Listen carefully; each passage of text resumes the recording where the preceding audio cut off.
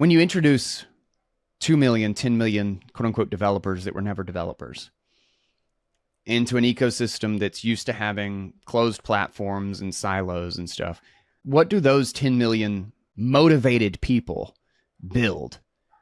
They're more likely to build the solution that they always wanted, and that they build something that gets around these silos. One of the most important things that's going on right now is the shift from closed platforms to open protocols. The more that all of that stuff is open, the more the walls, the potential barriers that appear to lock people into these platforms will just kind of start to fall away. On a long enough timeline, open just wins.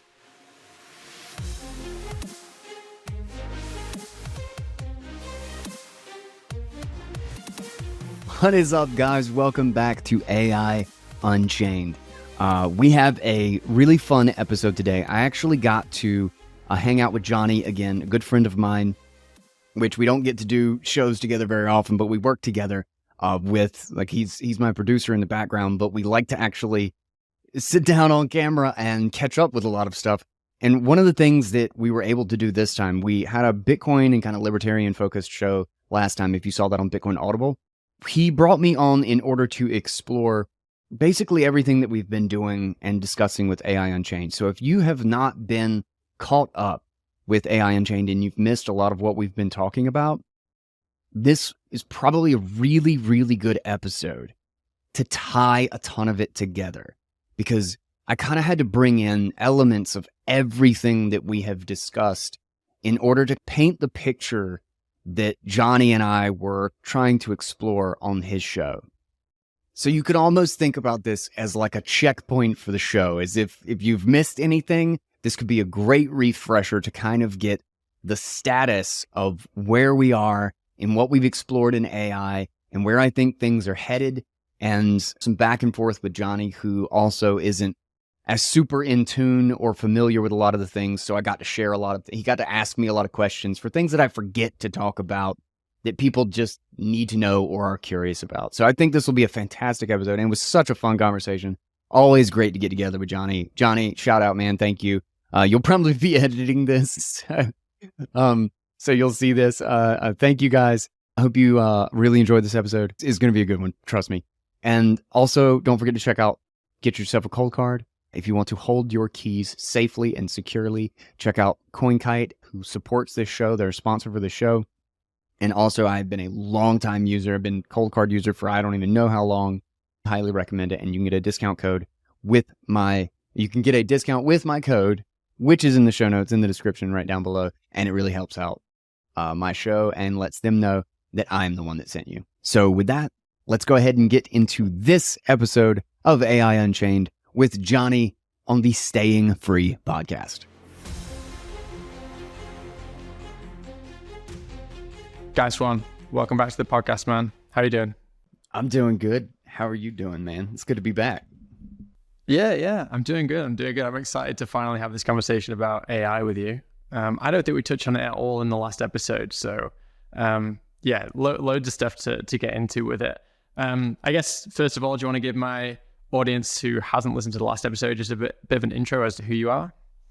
Yeah. So I host, have a technical background, but then also film and media, and I've slowly gotten into podcasts, and I host one of the more popular Bitcoin podcasts in the space, Bitcoin Audible, but have in the last year or two really kind of dug deep into the peer-to-peer protocols and stuff that I think are reemerging. Nostr I kind of put in the same category, the decentralized protocols, the pair stack, and I started the pair report, and then also AI Unchained, because AI has been absolutely fascinating to me when it blew up on the scene, and I went down that rabbit hole really hard as well, and realizing I'm genuinely thinking that that's going to be one of the more potent tools for individual sovereignty, for autonomy of the individual in kind of this next era as we move into this decentralized revolution.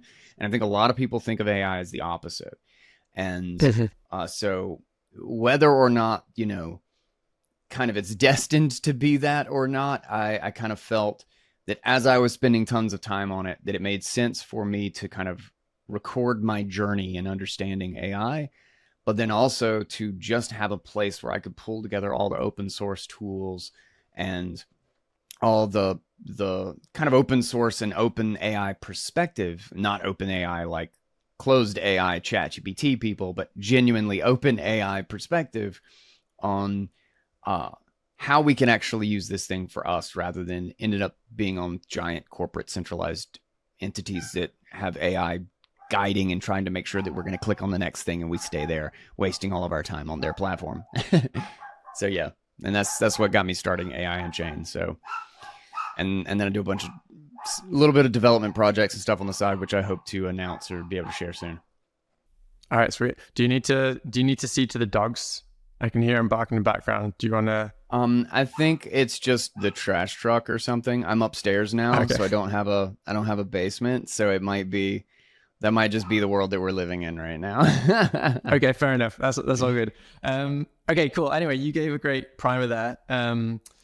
Yeah, actually, that's specifically the thing that I want to go into, because you touched on it there, that most people think that AI is taking us in this dystopian direction. And I would say that, like, I don't know, it's not even like a 50-50 split. It's something like a 90-10 split between people who think that AI is here to enslave us and people who think that AI is going to kind of grant freedom and sovereignty to the individual. And you're one of the people in that 10%. And by the way, when I'm talking about this breakdown here, I'm talking about freedom people. You know, like the layman might not have necessarily a kind of strong opinion either way of it, or maybe they need to just see more. But I would say people who really think about these ideas deeply, I think that's probably how the split goes. So, you know, like you're one of these people who actually thinks, no, AI is here. It's going to be a tool for self-sovereignty. And, you know, it's really going to advance the individual's ability to live a self-sovereign life. And I know you mentioned just there about kind of open source and things like that. Is that all it comes down to for you? Is it just a matter of open versus closed systems? Or kind of what's your pitch there for why AI? What's your kind of elevator pitch, I guess, for like why AI is going to actually make us more sovereign as opposed to enslave us? Okay, so I think about it just in the context of scaling power, of scaling like control over your life. And I don't think it's necessarily just open source AI is the way, even though I think I see a lot of parallels with the early internet in how things are developed and in Linux in general, because the incredible amount of innovation and the ability to build out the infrastructure. And this is something that I talked about actually in the most recent episode of AI Unchained, because Mark Zuckerberg shockingly has a fantastic article on this, and it kind of gave me the impression that it was a response to, or at least partially a response to, the piece we had just read called Situational Awareness, about the coming birth of artificial general intelligence and the intelligence explosion. But which I think there is something to. At the very beginning of this show, I had multiple conversations where I think that's nonsense. And I have since kind of shifted my perspective on what exactly that means and where we might be headed with this. But regardless, is going back to the idea of scaling power dynamics, is corporations and governments and like giant institutions already have the ability to hire tens of thousands of people to do their work, to do their dirty work. They can execute enormous amounts of resources and enormous amounts of labor to do what they want, to accomplish the goals that they want, which means that the ability for them to do that at half the price is not an order of magnitude shift in their power. They already have that capability. But if I can have a computer operate 24/7 as if I have 2 employees that are generalists that can learn and accomplish any task, and I can have them complete things, that build projects for me and then I can work with, as someone who has just spent the last year and a half, and now that like you work with me as well, like you've been like an absolute godsend. Like it is night and day what it has been like to have people work with me as opposed to having to do all of this crap myself. And that mind shift of recognizing that we now have we could be going into a place where literally everybody with a computer could have this. And I think that's a far greater power shift for the individual than it is for the corporation. You know, it's not unlike what the internet was originally. Like when the internet comes up, sure, governments can use the internet and governments can use it to coordinate and send communications and all of this stuff, but they could already do that before the internet. But it's you and I that could never have an encrypted conversation before the internet. Now you and I can. In fact, you and I can extremely easily, by default, have an end-to-end encrypted communication. And that's never been possible before for the average person. So I think on net, despite the trade-offs and the shifts in the environment, I think both the internet, like Bitcoin, AI, like all of these things are ultimately decentralizing technologies. And I can only ever reference it back to like how I'm using it, like that ends up being my perspective on it. But I have built so many tools for myself, like so many little micro apps or single use things that have made my process and my workflow so much more streamlined. And that's with a very limited amount of time to actually dedicate to this stuff. And all I can think is like how much quote unquote autonomy it has given me to accomplish what it is that I want to accomplish or to build out my workflows. And I still think I have like 3 or 4 big ideas that I'll probably cover in Devs Who Can't Code or something, in building them out for myself, that could actually give me like another like huge couple of steps up in what I can accomplish. And I'm not a developer. I don't know how to develop any of this crap. I'm using Claude and ChatGPT and Llama to do my coding for me. I'm a dev who can't code, I think that's just a good example of where we could be going.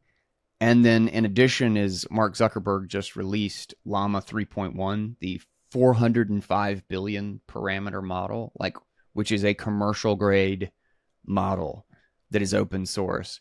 And he likened it to Linux as well, and how our profound innovation and our ability to build markets and infrastructure around this, he thinks it's going to feed back faster on open source models than it will on closed models. And I think he's right. I think it'll be, there's a similar dynamic to AI where open AI, genuinely open AI, not the company. I hate that they took those words. But that genuinely open AI will create the best environment and the best opportunities and the best wealth if it is accessible to everyone, if it can be constantly fine-tuned and repurposed and tasked for this thing and quantized, and that everybody basically has an open ecosystem to contribute to.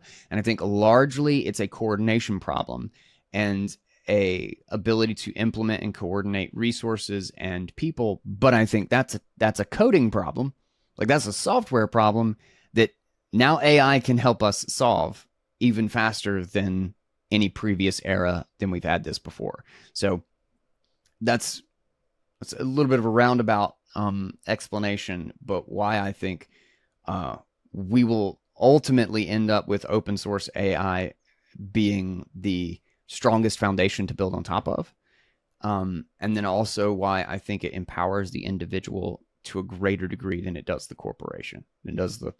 I think it scales better at the small, as far as the autonomy it grants than it does at a huge level. Okay, cool. So if you remember in our last conversation, I basically played devil's advocate for about 2 hours. Yeah. and I plan on doing the same here. So fantastic.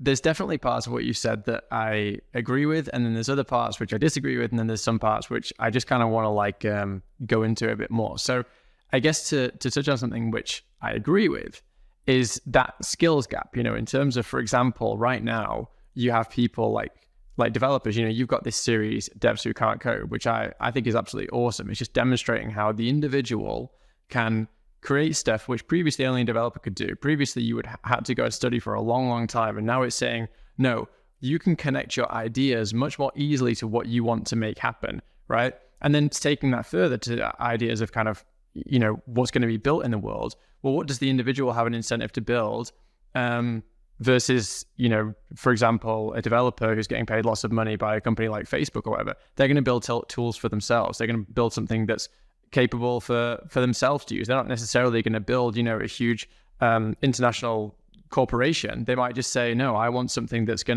I want my own, let's say, smart home stuff, but I want it all self-sovereign. I don't want to connect it to the internet. So I'm going to use AI to build something in the home like that, building a little robotics or whatever it might be.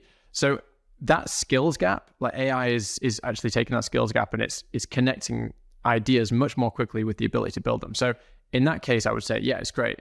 Now, something else that you mentioned though, in terms of like open source and how AI will go open source, I guess the way that I fear this might go, and if you disagree with me, then I want to hear why that is. But for example, we have in the when it comes to kind of like operating systems and stuff, you've got Android, which is kind of piggybacking on all of this. Well, Android really is open source, but then you have like the Google's Android or Google Play Store and all of these kind of things, which basically takes that entire ecosystem and it, always just kind of like white labels all of this open source stuff and then just says, here you go, we're going to package it up and, put it in your hardware and now you can connect to it fast, but we'll decide what you can download, like if you're using, okay, fair enough. If you're using some kind of open source package manager, yeah, you can download the different apps and stuff. But when it comes to Google, if someone goes to Google and says, hey, we don't want this app to be available in the Play Store anymore, then probably 95, 98% of people are just not going to get that thing because most people, the Play Store is Android, for example. Now, couldn't we see AI going that way as well in terms of, yeah, you've got all of these open source tools, but then all you have is that all just feeds into something like OpenAI. And again, yeah, I accept that OpenAI is a terrible term for the company because it suggests that it's open, which is not. But the company OpenAI or Facebook, or I know that Facebook's trying to do it in a genuinely open source way. So maybe Facebook's a bad example, but let's say Google or something like that. Is there not a risk that they're just going to take all of this open source stuff? Everyone's building these really awesome models, and then they're just going to say, well, we're really good at marketing. We've got a lot of computers. We've got a lot of processing capabilities. We've got, loads of servers, and we can do it faster and better than anyone else. And then you have to come through us. Like, if you really want this to work, you got to come through us. Otherwise, it's going to be slow and clunky, and nobody's realistically going to do it. Is there not a risk that the ecosystem evolves something like that? I think without a doubt, there's a risk. Without a doubt, I think it's completely possible for that to happen again, for it to kind of mirror what we've seen with quote unquote Web 2.0. But I also see the rise of open protocols replacing what has locked us into a lot of these platforms. And I kind of think of this as a 2 steps forward, 1 step back sort of cycle. And I'm more encouraged that, a lot of reason that, and this might seem crazy in the current context of AI, but I think if you stack out the orders of magnitude and like what we've seen over the last 10 years, like going back to Leopold Aschenbrenner's situational awareness, is that it's hard not to look out 3 or 4 years and just project the straight line, the trend that we've seen over the last 10 in AI, and basically see, okay, we're going to get like 3 orders of magnitude from here, which means better than human AI, better than like a college graduate, potentially even PhD level of quote unquote intelligence, knowledge, and skill and capability of assessing data in software, in literally model weights, looking at 2027, 2028. And one of the reasons why I think we're trapped in platforms is still, potentially one of the reasons is because of the inability and the lack of bandwidth in basically competing platforms, in competing operating systems, and the inability for people to utilize them. There's still a heavy illiteracy in a lot of how could I do it my way, so to speak. Most people are just, let me just install the thing that works. Well, what happens when the AI can figure out how to install the thing that you need? And what happens when you can use something like Linux without needing to know what the prerequisites are or how to use sudo apt get install blah blah blah. Like, you don't need to know the command line in order to get the benefits of essentially any software. You have an interface with you, then the AI, then the computer, and the computer can manage all of this and just give you the environment that you are looking for through a model that is designed to basically architect your computer for you. Like, the whole point of the operating system and the GUI, like the birth of the user interface, was to simplify the interaction between the person and the computer, right? It's an abstraction. It's, oh, I'm going to click on this icon rather than punching in this command and this directory and this location. You know, all of this seeming complexity that I need to know the architecture of the computer. Well, we kind of have that same thing with the GUI now and all of the different options and like complexity that you can get in the computer. Why wouldn't we use AI for that same thing? To abstract that away again, such that even operating the computer at that level no longer requires this deep computer literacy. I think there's another order of magnitude of like, who doesn't know how to use a computer can still use a computer because of AI. And when that happens, I think a lot of the lock-in for some of these platforms might start to fade away, because it's basically about the user not having control over their hardware, in a sense. I think that's a good chunk of the limitation. Now, there will still be platforms. I don't think Apple will go away, but I think it will increasingly have to shift, because there's a lot of things I can do on my Apple computer that Apple doesn't want me to do. You know what I mean? Like Apple attempts to control, but they just can't do that really. As all skills become more ubiquitous, as all layers of the stack become something that fewer and fewer people can do, I think it naturally democratizes or expands access to everything.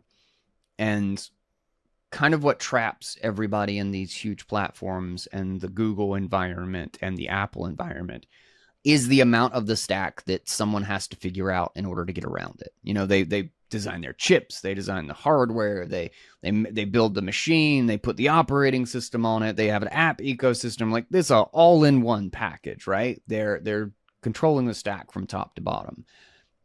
But as more and more people become more capable with, you know, new software and algorithms to basically expand access. I mean, chips are a great example, actually, is that like the walls, the number of people and the number of manufacturing capabilities like that can actually make like highly efficient and extremely small like nanometer chips is not, it's a handful of people, you know, like it's a very, like, you could hold in your hand the number of plants that there are. And that's why there's a big thing over whether or not China or the US is going to have sway over Taiwan, because you're looking at chip manufacturing for the whole world. You're looking at a massive amount of skills and expertise and very centralized and scarce resources that everyone is dependent on in one location.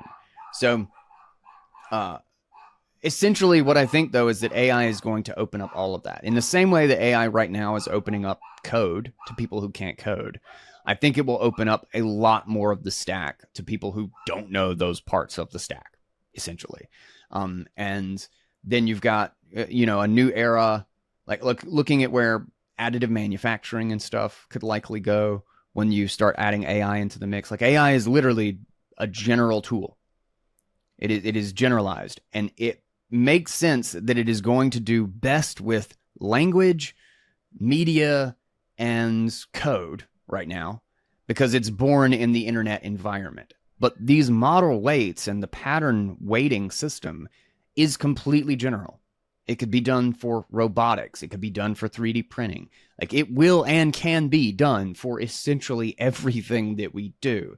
And I think we will continue to see that shift in the next couple of years towards Like very recently, we've been talking about large action models where it will literally go through a GUI and click on stuff, and it knows what's happening as if it's a person looking at a screen clicking on stuff. As if I don't think people realize how fundamental of a shift that is for having a software interact with a computer, is that the software never uses the GUI. Like if you don't have an API, you can't do anything.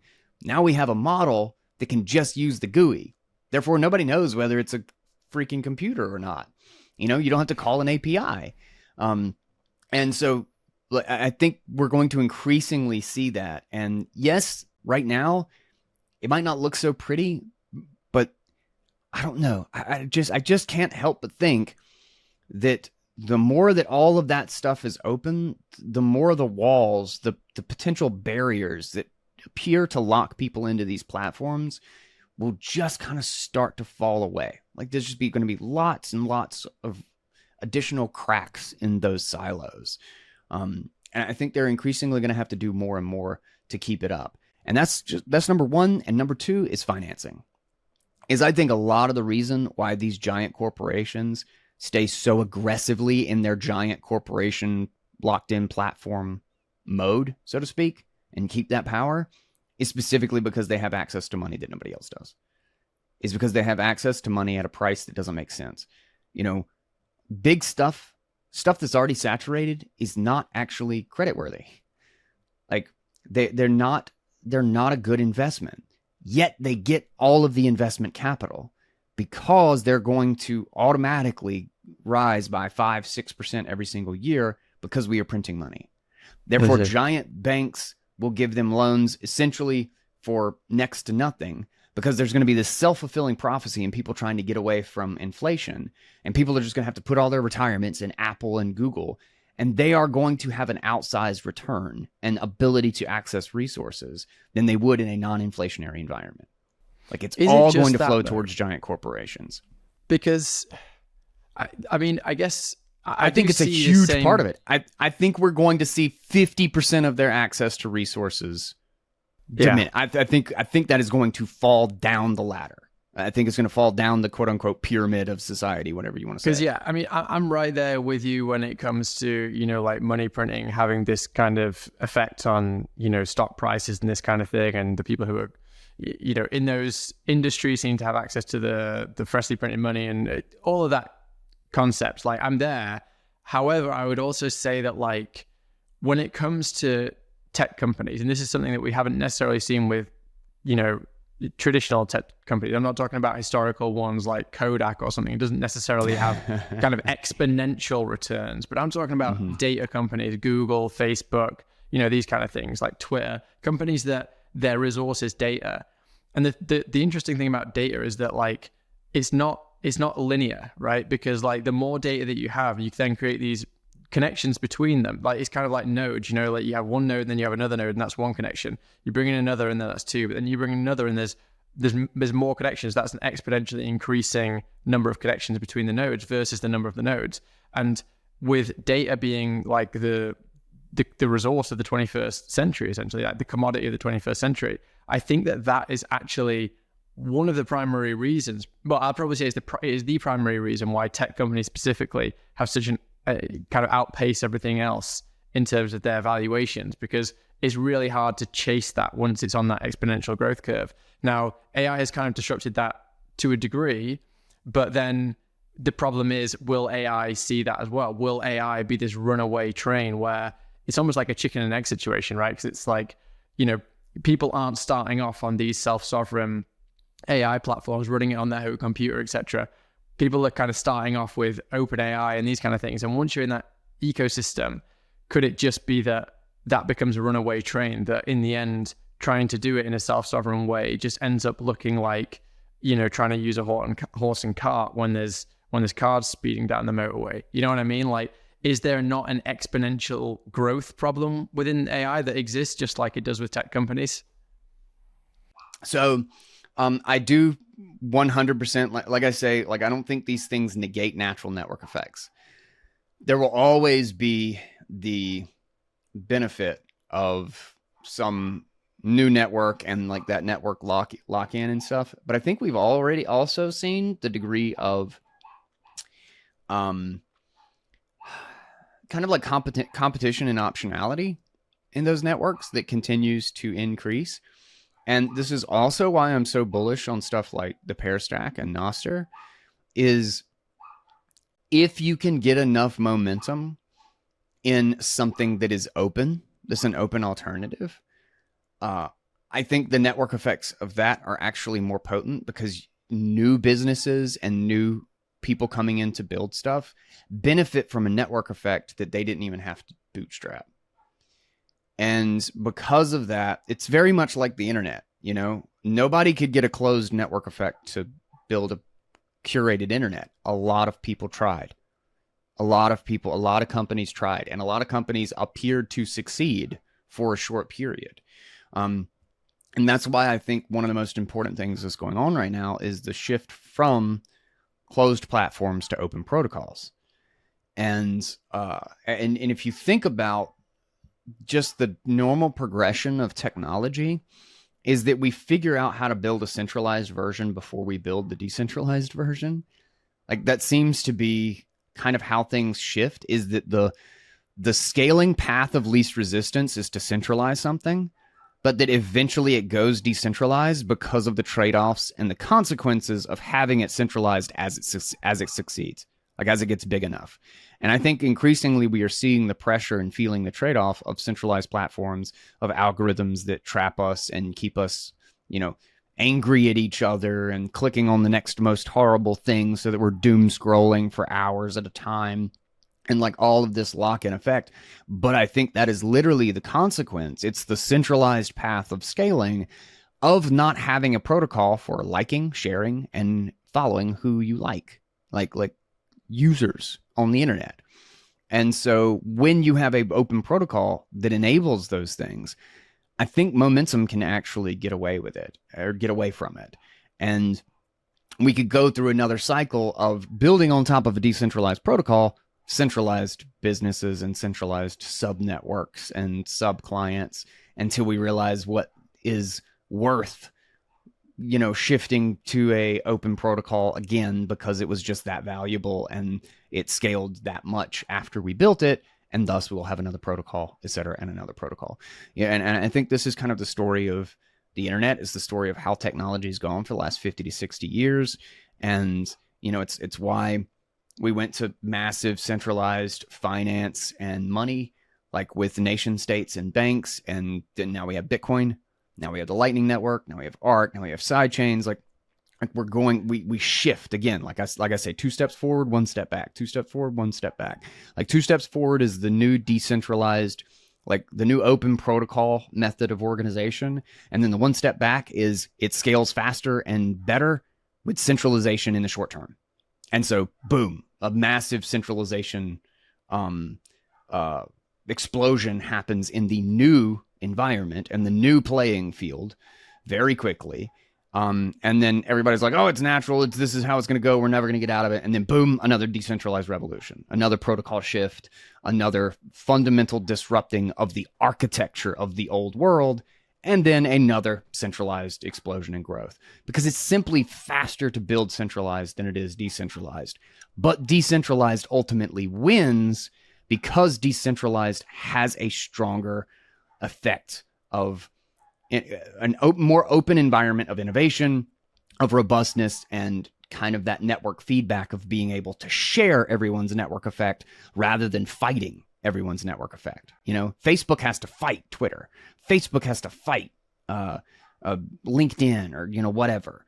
Whereas when we're all on Nostr, Primal is benefited by Damus. Damus is benefited by Amethyst. Like, we're all in an open environment in which our network effects compile. They compound on each other rather than fight each other.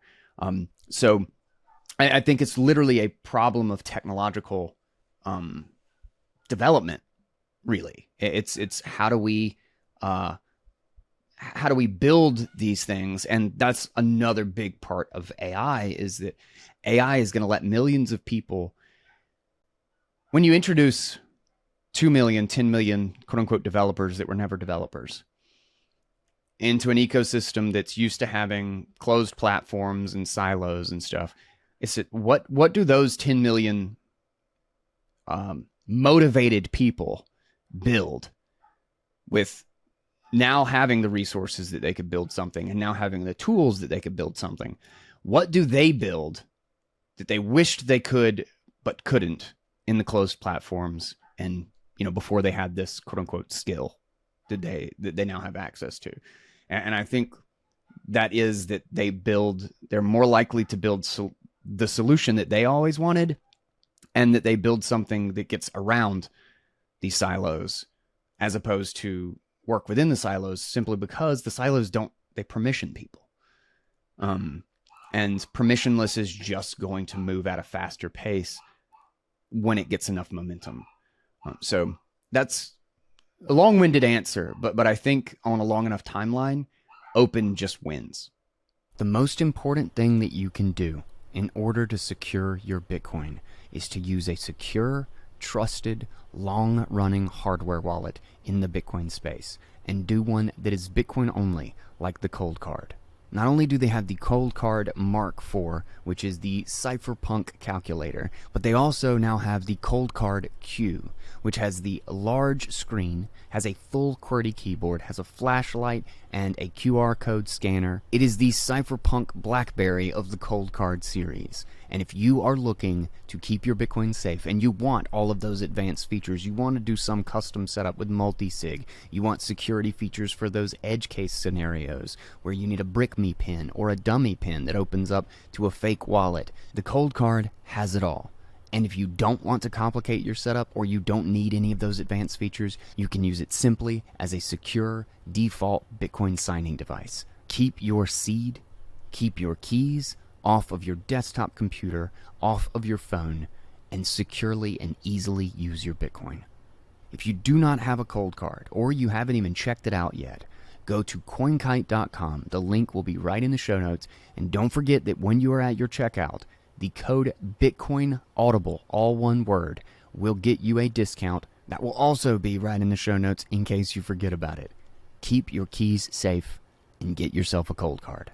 I'm going to switch gears a little bit to another kind of common criticism, and kind of feeds into something you already mentioned, which is that, like, an individual can, for example, use an AI, which is much more beneficial to them, kind of in terms of what it offers them comparative to where they are now, versus like a corporation or something, right? Like a corporation that has 100,000 people working for it gets an AI or whatever, it might not have the same outsized effects as an individual who uses an AI, which now has a team at its hands, for example. And I appreciate that point, and I think there's definitely something to that. But looking at the other side of that, if AI does continue on its trajectory, if corporations don't actually need people, like when it comes to the point where it's just like, well, everything can be done by an AI, there's almost no part of the workforce that this isn't going to affect, that the AI isn't going to be able to take those jobs. I mean, I can't think of any. Perhaps there are some jobs. I know that some people have said things like, nursing or interpersonal stuff, but I don't see why that should even be outside of this new paradigm, because people are using, people are talking to AI already like it's a person. In Japan, people have got AI girlfriends and stuff. So I don't see why it shouldn't come into those like interpersonal relationships either. But anyway, that's a bit beside the point. But yeah, when it comes to these corporations and, people, them just using AI now, just saying, we'll just replace the workforce with AI. Well, now not only can they completely outcompete, because they already have all the infrastructure of a corporation, which they can just say, well, now we don't have the costs, we're just using AI for everything. So they have a huge competitive advantage, at least for right now, at least in the current landscape.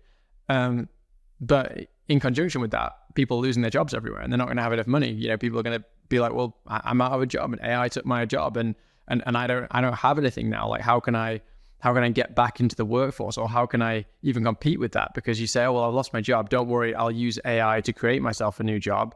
But an AI is already doing your job, which is owned by a big corporation. So isn't there a risk there? Again, there's a risk that the individual can't ever kind of reach escape velocity in this environment. Like it seems to me like the game is kind of already rigged based upon how the world is now, and those existing power structures having that competitive advantage already from being able to utilize AI. So a lot of people want to think, and this has been the age-old story of technology, is that somehow it's different this time. But essentially, this has never been, it's been true this way in the past since forever. You know, like at the end of the 1800s, 90% of the population was in farming. Then we developed farming machines. We developed tractors. And now it's like 5% of the population. And 95% of the people do something else. And a lot of people think that, oh, well, now, you know, there's no economy anymore. Like everybody lost their jobs. We just put 90% of the population out of a job. When what reality actually shows is that now it takes 1/20th the amount of resources in order to produce food. So the price of food plummets in conjunction with that. And now we have this entire, this huge subset of resources and labor force open to build and work on other things, which is exactly why the internet can exist. If 90% of us have to be farmers, the internet can't exist because we don't have enough people to run it. It's only because we invented tractors that the internet is even possible. AI is going to be the same way. It will be a shift, yes. People will lose their jobs. They will be replaced with machines. But it's also important to remember that this means that the ability and the resources it takes to produce certain things will plummet. Like, not the ability, the capability will skyrocket and the costs of these things will plummet. So you're also looking at a massive deflationary force when it comes to the ability to afford things. So while there is an economic shift, it will also mean that everything is cheaper. Well, unless you're measuring it in fiat, and that's a huge part of the problem. That's why I, my main show remains Bitcoin Audible, is I think that's actually the bigger problem when it comes to whether or not people can afford things, whether or not people can respond to a massive disruption in the economic structure. But I do not think it's going to mean it. Like, remember, a job is, the point of a business is not to provide jobs. The point of a person is not to get an income. The point of all of it is to produce something useful for other people. The business needs to do something useful to us. If everybody is so poor that they can't buy anything, businesses don't survive either, because they have to sell to those people. It's a push and pull relationship. It's a yin and yang. If yang dies, yin does too. So, like, the economy doesn't survive on just suffocating people. That's just the government. That's just the government, and that's just counterfeiters. That's the only thing. That's just a cancer, and that's a broken money. And I think people discount the scale to which things have gotten bad because of our money, rather than realizing that this is not actually the natural progression of technology or the market, that this is actually a perverse version of reality, that we're witnessing cancer and then saying organisms suck. It's like, no, cancer sucks. Organisms are sustainable. In the same way, the economy is sustainable. Fiat money sucks. Fiat money produces giant corporations that suffocate the economy of resources and makes this huge wealth dynamic get progressively worse and worse over time. And I think we are watching a shift in that at the same time. And I don't think giant corporations will have as easy a go of it as a lot of people think. That as they start to replace quote unquote employees with machines, with AI, I don't think it will go. I think we're also going to witness a massive deleveraging event, and a massive shift in how people do business and work with each other. I think we're already beginning to see it. That's why the gig economy has exploded so much. And as we shift towards open protocols, I think so much weight can actually go in that direction, where we're increasingly building networks around the closed networks, just from a social standpoint. And, I think also there's something to say there on the idea of, AI even going into interpersonal things and being like, oh, we'll replace nurses and we'll have AI girlfriends, is that the difference between AI girlfriends and actual social interaction, like the point of social interaction is to produce humans. It's to expand what is literally humanity. So I think the idea of even though there will be a market for this, even though there will be, machine nurses or whatever and AI girlfriends, I think it's like the difference between constantly having sex with the first person you see once a week and actually having a relationship.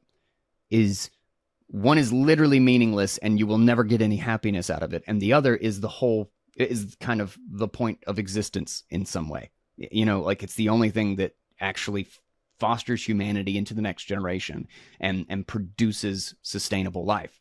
Like life doesn't work without reproduction, without social interaction. Let me see if I can even pick this one apart. Like let's imagine a world in which the AI girlfriend really takes off, and now you can have a full an AI girlfriend made of flesh, real to life, very difficult to tell. I mean, I'm getting a bit sci-fi here, but I think it's interesting to talk about these things because, like you said, you look at the way everything's sci-fi until it happens. Exactly. Yeah. You look at the trajectory and it's like, well, at some point we have to discuss it.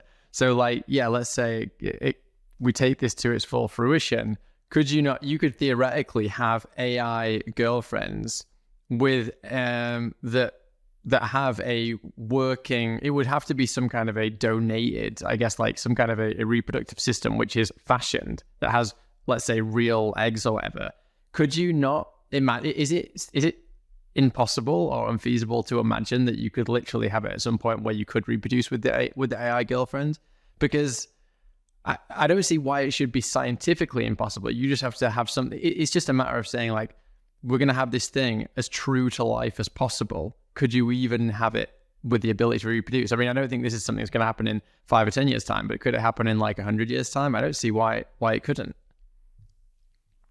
But there wouldn't be a person there. There would be, in the same way as you donate sperm or you donate eggs for for whatever medical purposes, could you not have something that incubates real eggs that you could literally have an AI girlfriend? And likewise, you could have an AI boyfriend with real donated sperm. I mean, could this happen?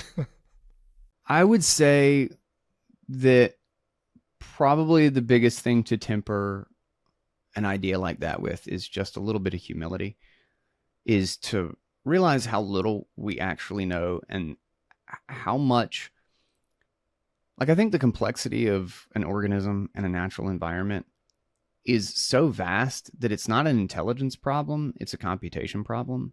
And what do you mean by that?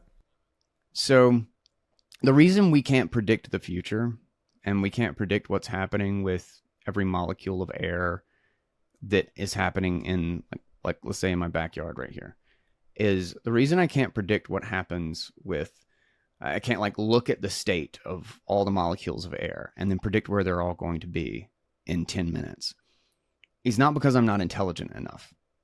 It's because as soon as you exponentially start the calculation of this one bumping into this one, and then it changes the trajectory of the next one and the next one, because they all interact with each other. The complexity in the computation, it gets so exponentially large so fast that you would literally need to burn a quarter of the sun just to do the calculation. Mm-hmm. Like it's a thermodynamic limit of what is even feasible to know. And so going back to the idea of, are we going to create artificial intelligence that can literally be totally artificial life, is to recognize that we don't even know how to make a tree. We know how to plant a seed. We put seeds in dirt. And we get really arrogant thinking that, we control or we make nature. But that's not what we do. We take what nature has done and we just kind of move it around a little bit. And we work with it in a different way. We work within the environment that we have. And we don't even really understand everything that goes on in just a typical section of forest right behind where we have some industrial thing. Like our level of knowledge is actually aggressively small. But with AI, shockingly tiny. But with AI, that is going to increase massively. I mean, AI is already able to do things. The internet has now. already increased it massively, but I Well, still think exactly. it grows in complexity faster than we learn it. Like it's very much like, you know, the internet. People think that like we've discovered everything and there's nothing left to discover, when quite the opposite is actually true. Is that since the birth of the internet, there is actually more to discover than there ever has been, because we have the capability to discover more than we have ever been able to discover. AI will do the same thing. Yes, it will make us better at all of the things, and it will allow us to interpret and take in more information and more complexity. But all it will do is reveal the next, like, just how complex it truly is. Like there's no horizon where things really end. Like I genuinely think complexity and the depth of everything that exists is infinite in every direction. It's infinitely big, it's infinitely small, it's infinitely complex. It just, in every single direction, it just goes forever. And all we do is break into a new paradigm of what we have visibility into. Like, so a great example is that, like, when we create all this like software AI, like, we're not going to have, like, there's not going to be a point where they won't quote unquote need us anymore. Like we're now going to shift into, okay, well, how do we plug AI into the physical world? Because the reason we have interaction and we have kind of the ability to develop physical patterns and recognize and build our own weights about the patterns of reality is because we've kind of beat ourselves against the, oh, I fell down when I was like 1 year old. I fell down off the side of this couch and like I fell. And like now my brain starts to put this process that like, okay, things fall. And so we build these like patterns of physical reality and limitations, and that ledge is dangerous and I shouldn't go over there. And so we build all of these weights because we have these five senses, and we have this built-in mortality that gives us an ability to value things and to judge things according to the risks of life. And machines don't have that. They will need They will need to filter information through something that does have a window into reality. And as soon as we start building all of this software stuff, then we're going to start plugging it into robotics. Then we're starting to plug it into our machines. It's just going to shift where we are directing these things. And every single time we do another round of that thing, we're just going to have a whole nother round in order to plug it into something else. And just like the internet has automated a lot of things, but it's just pushed people to the edges, and now we do all of the things to plug the internet into the next thing. I just think this is forever just going to go in this direction. Like, there's not really a conclusion. There's not a finish line, you know? Like, what happens is that we just get aggressively better. It's just accelerating. It's just accelerating. So look at what's happened over the last 100 years for the prosperity and the capabilities of the typical human being. And I think you see the exact same thing over the next 100 years. It's just an order of magnitude. Like, it's the same order of magnitude shift from 1900 to 2000 as it is from 2000 to 2100. It's just on top of an already order of magnitude shift. So, you know, we go from 10 to 100, 100 to 1000. And I just don't think, I don't see this like end of the movie sort of thing. Like life has never been that way. Technology has never been that way. And I don't think it's just because it's harder for us to imagine. It's always hard to imagine forward. It's very easy to see backward, you know? And if you would ask somebody in 1900 going forward and said that we're going to have computers that do this, we're going to have tractors that do this, they would probably go on like, well, we won't do anything. Humans will have no jobs. There'll be nothing to do. You know, they wouldn't be able to imagine the infinite complexity of the economy that we would build on top of that. And with all those tools, think about the idea of explaining to somebody that like there will be millions of people with podcasts, and that somehow that will be even slightly, they would be like, what are you talking about? That's so stupid. How could you possibly have millions of people who have individual audiences? And then what's his face from Patreon talks about how like you can actually have sustainable media, quote unquote, enterprises on 1,000 true fans, and talking about how the dynamic is shifted and how you can reach more fans in more places, and his story about seeing that birth and that explosion in YouTube in the early days. Like, I just think it just shifts. It just shifts. The reality doesn't actually change.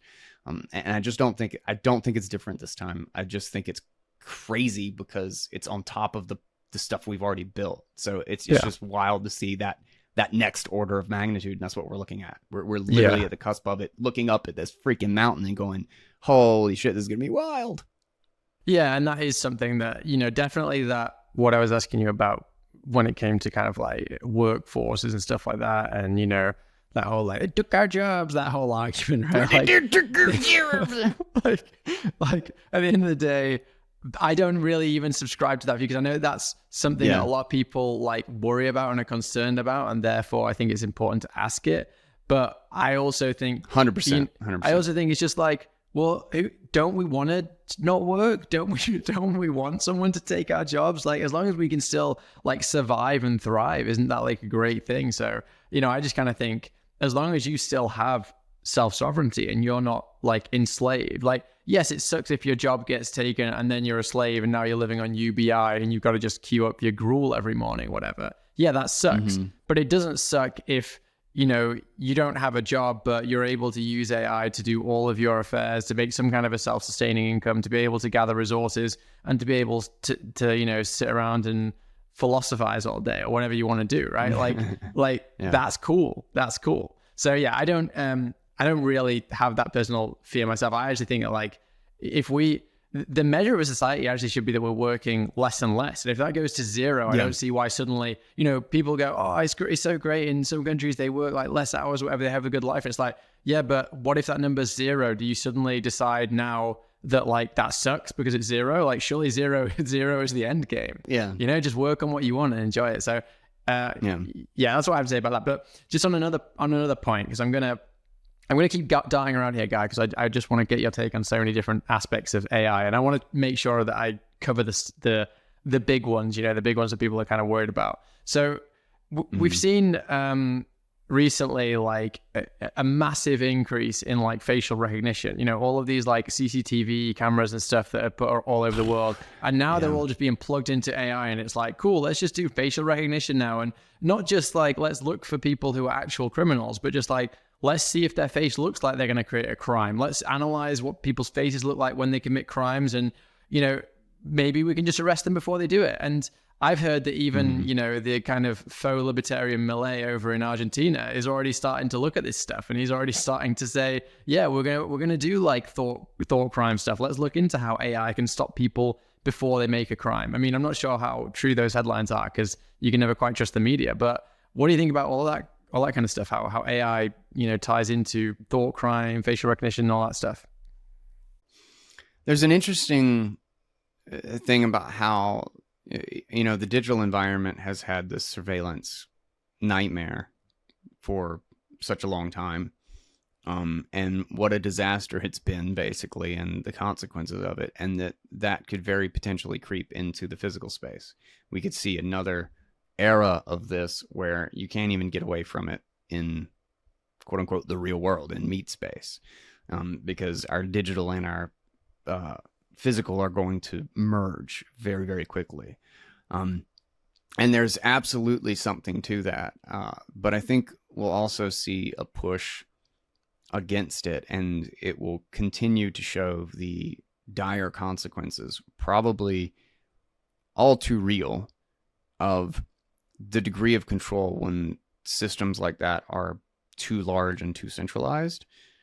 Is, I think, naturally centralization is anti-evolutionary. It is naturally self-defeating on a long enough time scale.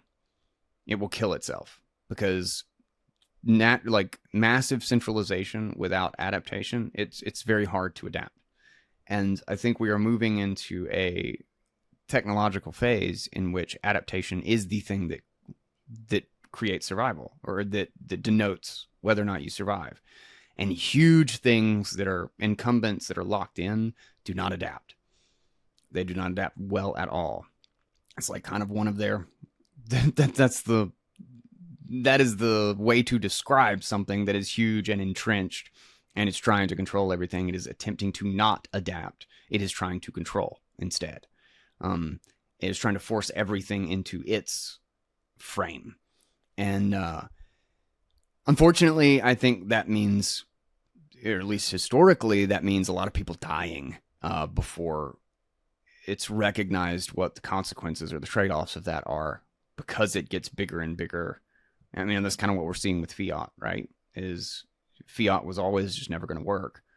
And we just watched it get, this debt bubble get bigger and bigger, bigger, and we're watching the unfolding of this. And I think we have literally a global financial catastrophe of a proportion that we have never witnessed before in the history of mankind sitting on our doorstep.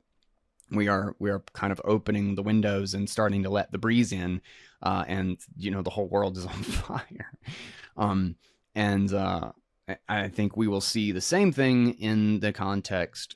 Potentially, we could see the same thing in the context of digital surveillance basically infiltrating the physical world to that degree. And I think we will see the best and the worst of what we can imagine from that. I think we will see open societies that don't, and increasingly going towards meat space as the place to actually be doing the building and be doing the quote unquote protection against these things.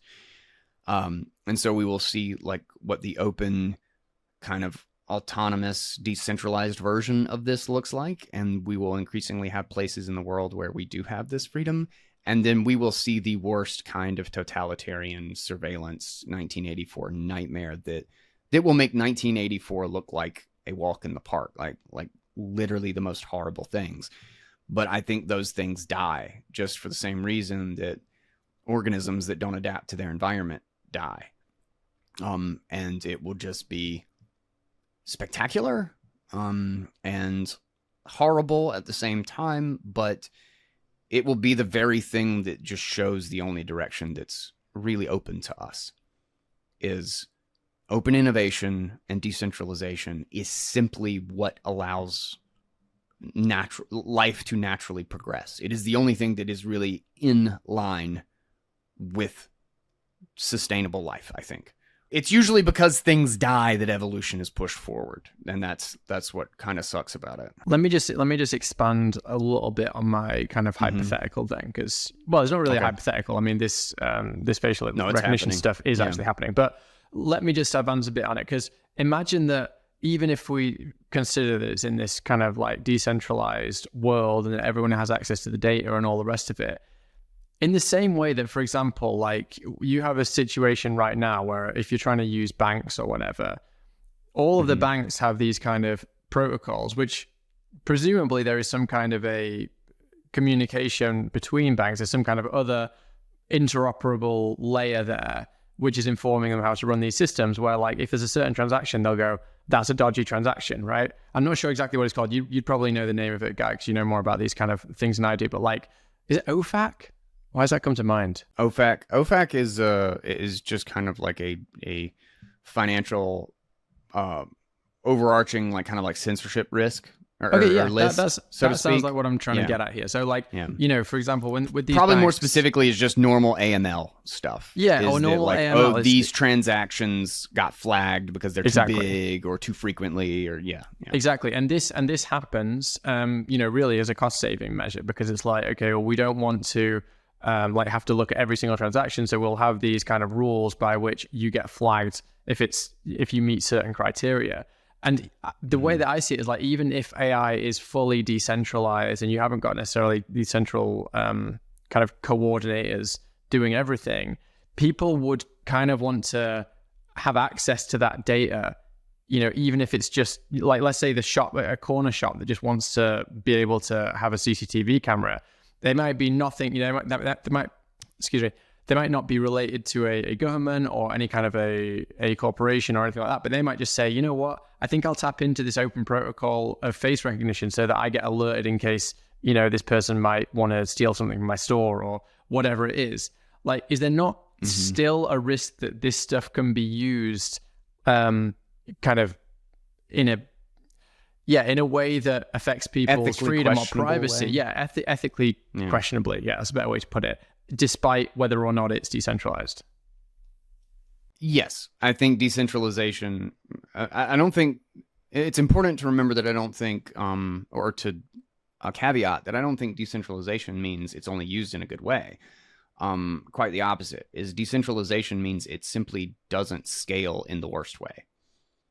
That decentralization just means that the things which tend to survive, tend to sustain, will sustain. And where it makes sense to use those things on an individual basis, like I record everybody who comes to my door. I have a security system. I like to do that.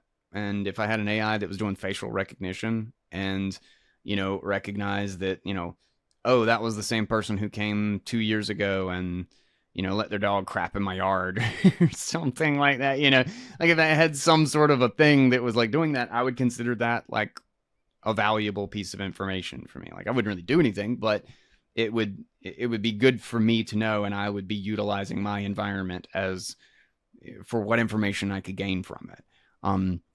So I don't think that will go away, and I think it will be valuable information for the business or whatever to see, to analyze what I stop at in the store, what I stop and look at for a little bit. In fact, I bet there are systems and there are businesses who are literally already doing that. They're watching customers in their stores and running analysis on where they stop, how things should be designed, to catch people, to make sure that they pick this up off the shelf more, like 10% more often, like sort of thing.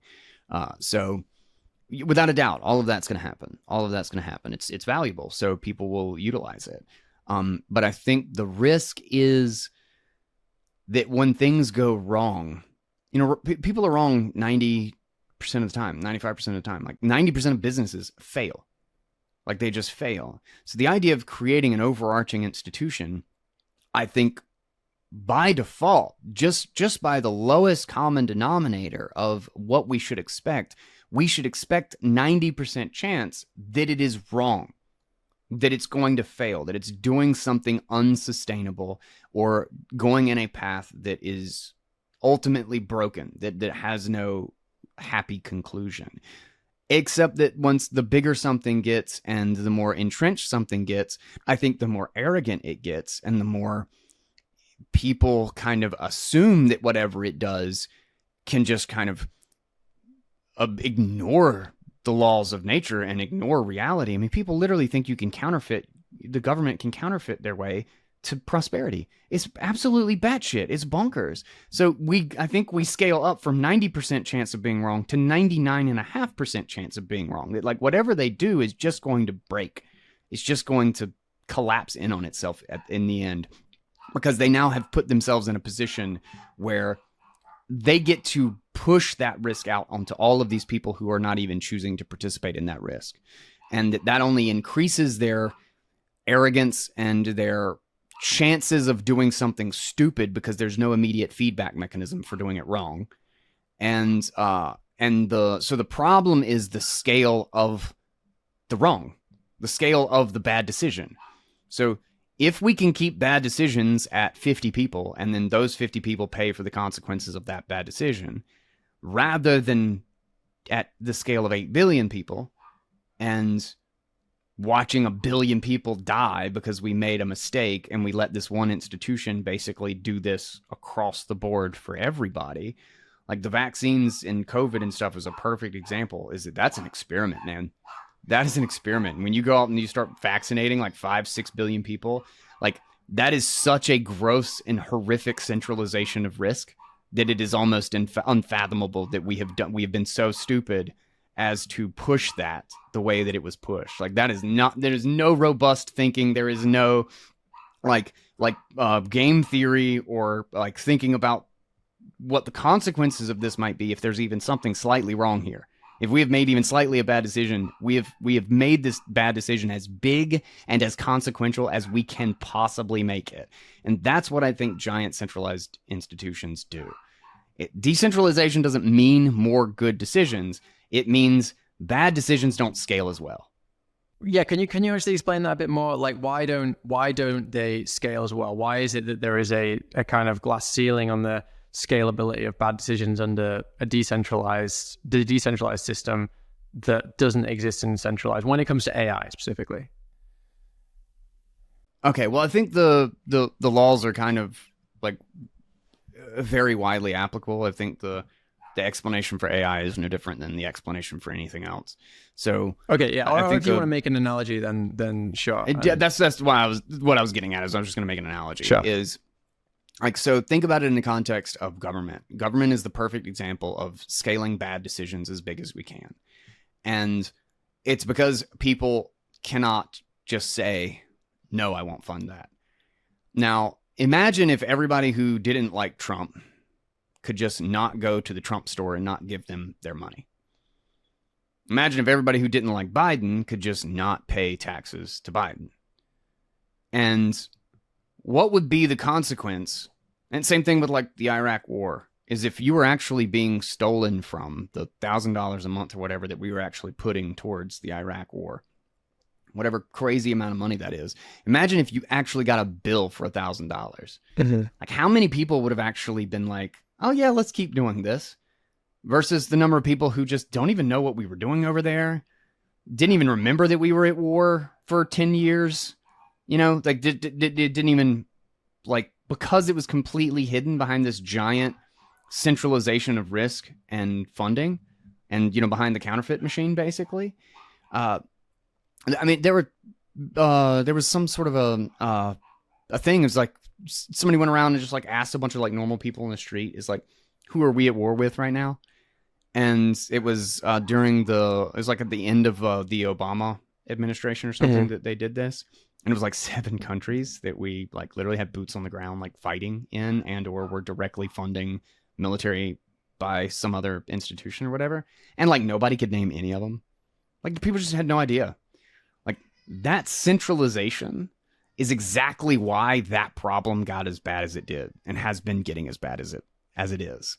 And when you have decentralization and like nobody would have actively been paying bills for things that they couldn't even name, you know, like if you had to say, send in your bill for the war in Ukraine, send in your bill for the war in Iraq, people would just be like, nah, I can barely pay for groceries this month. Are you kidding me?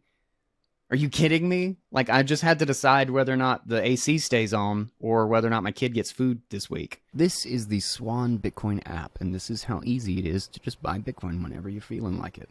And I feel like it right now. And as it shows me right here, I still have $9,388 worth of my $10,000 of Bitcoin buying that has no fees whatsoever. And now I have $10 more worth of Bitcoin. I do this quite often. One of the really great things about Swann is the incredible number of resources they have for learning and understanding anything that you want to know about Bitcoin. And importantly, they're going to teach you why you should not trade. They're not going to encourage you to trade. They are Bitcoin only. If you're looking for an easy and reliable way to get into Bitcoin, if you're looking to put Bitcoin in your IRA, if you're looking to put Bitcoin in your business, if you're looking to do anything around getting on a Bitcoin standard or getting exposed to Bitcoin in your portfolio, check out swannbitcoin.com/guy is my special link, and you will find it very conveniently right in the show notes. With these examples, like how does that relate to how the how it can be expressed in AI? I mean, the only example I can think of, for example, like at least off the top of my head, would be, let's say that you're using some kind of like self-sovereign home AI thing, and you're doing something with it. Let's say you're using it to grow plants out on your balcony, and using an AI to decide when they get watered and all the rest of it, and you know, like how to move them in order to maximize sunshine based on your location. Maybe AI is figuring all that out, and you're like, AI got it wrong and it sucked, and I've lost a few plants today. Versus like, you know, what's it called? Like AI running all of the crops for the whole world. What's it called? Like that company that like just that evil company that just like does all of this stuff. Like they're using it. They make like fertilizer. Monsanto. Let's say Monsanto uses AI. Yeah. And then Monsanto is just like, we fucked up. Sorry. Like there's going to be no crops for like a third of the global population this year. Like, is that the kind of thing you're talking about when we're talking about, the decentralization versus centralization dynamics and how it plays out? Exactly. Yeah. Is that you scale up the risk. Like, so going back to the idea of using the war as an example, is that the Iraq war would have been over in a year if you actually had to charge people for it and you couldn't counterfeit your way through it. Like all of the fervor would have died down every time somebody wrote that $900 check or whatever to the government. And it would have been exhausted of resources extremely quickly. And another great example is fractional reserve and the horrible debt system and the constant over leveraging that we have in the fiat system.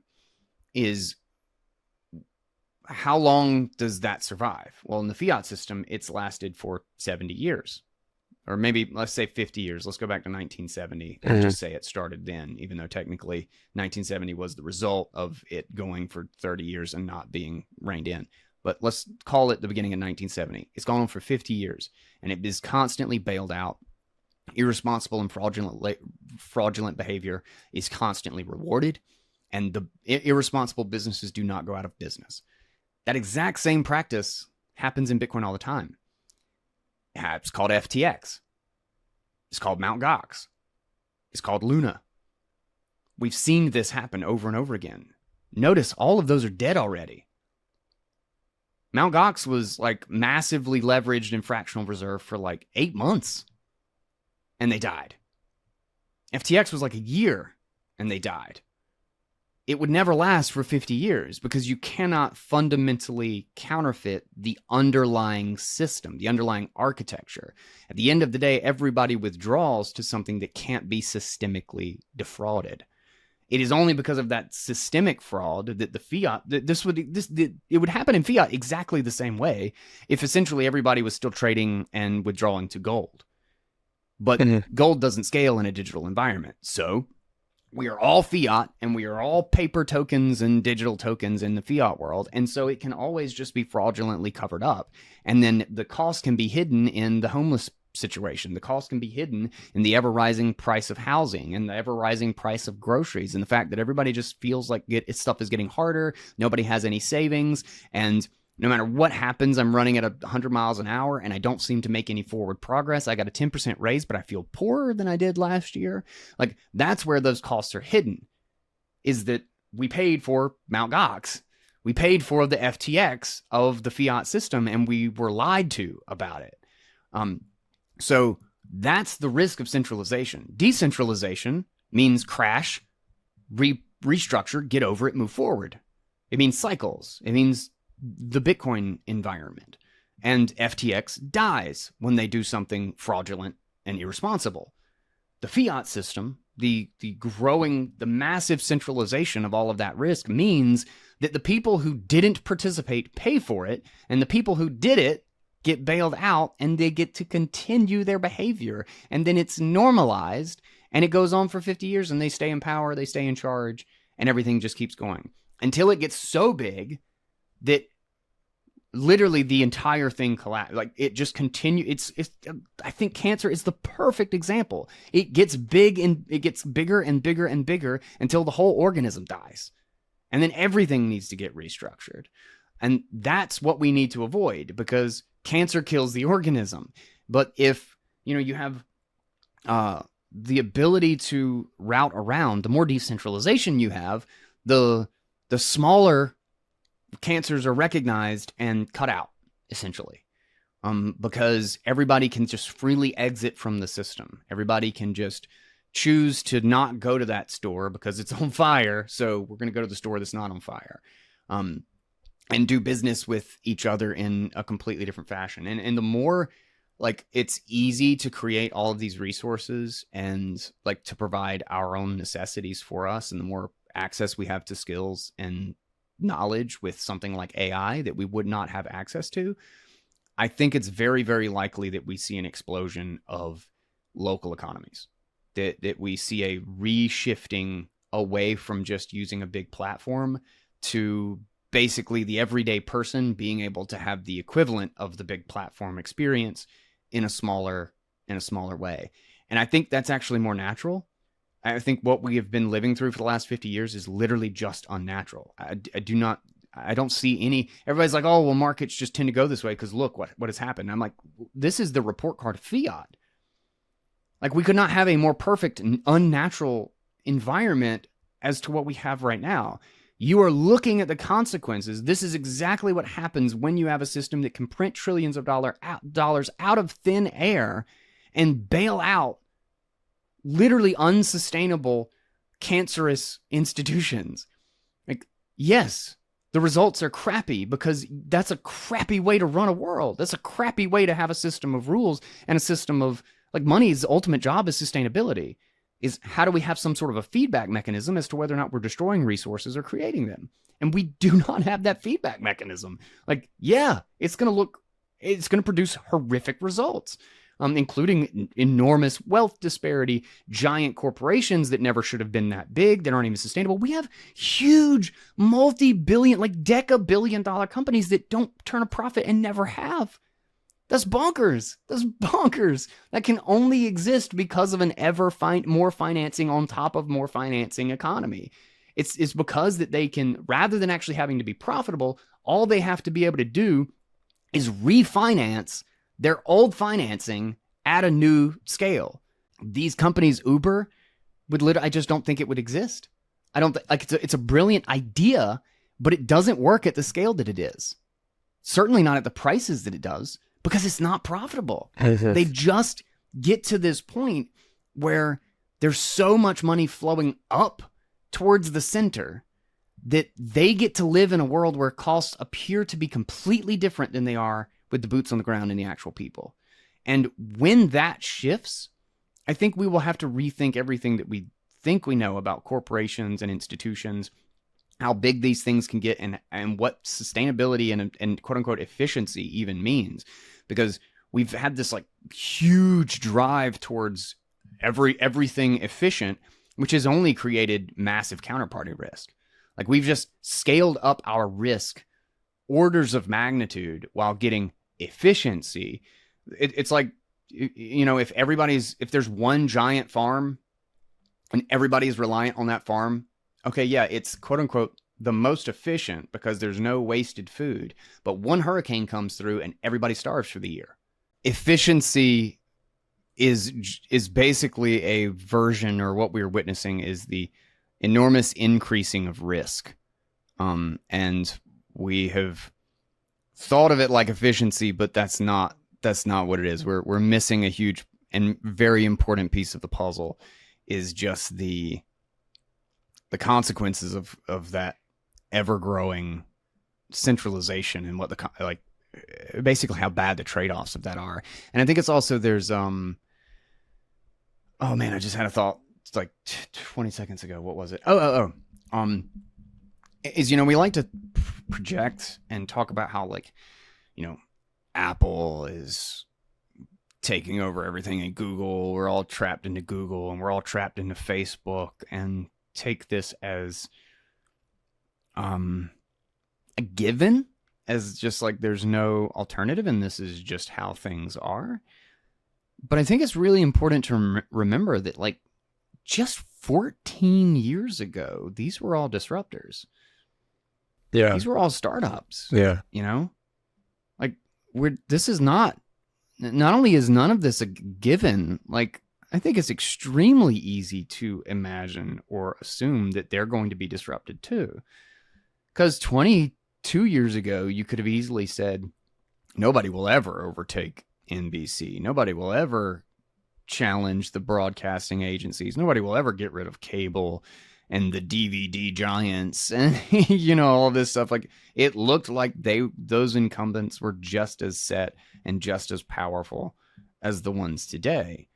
But we had massive disruption, and I think we're just going to see it again. I think it's easy to get lost in the things are the way they are right now and forget how important the big trends are, like the really big trends. And because we're always just seeing what's right in front of us, and kind of projecting out the current state of things into the future. Yeah, and like, you know, the trend when it comes to a lot of things, like, even though we sit around and go, oh, Google's so evil and Facebook's so evil and this kind of thing, and it's like, yeah, these are risks, but like, we're able to have a conversation like this to go out to, you know, a bunch of people who are going to listen to this conversation and have an audience, and you can grow that audience theoretically as large as you want to go, right? I mean, you've got independent media producers who are doing better numbers than major TV channels and stuff in some cases. So, like, yeah, you know, I mean, Joe Rogan still has like if not, I think it is still the largest media show in the world. Yeah. Or something like the largest, like, listens to his episodes every time audience. Yeah. That's wild. And I mean, that's a good example as well of like where I'm using AI. I always take my, well, not always, but quite often, because, you know, I travel a lot and often recording in less than ideal places. I take my episodes and I run them through AI to basically clean it all up and kind of like make it sound like a bit, just to make the environment sound better. And it does a way better job than, you know, editing software did when it was just a matter of kind of like going in there and individual changing all your parameters. Like you run it through AI and it comes out, and sometimes it literally sounds like studio quality. Like not always, but it's always like worth doing. In almost every case, it's worth doing. And in some cases, it's like night and day. It goes from literally an unusable recording to a usable one. So, you know, these are the kind of things that I think that's bringing a lot of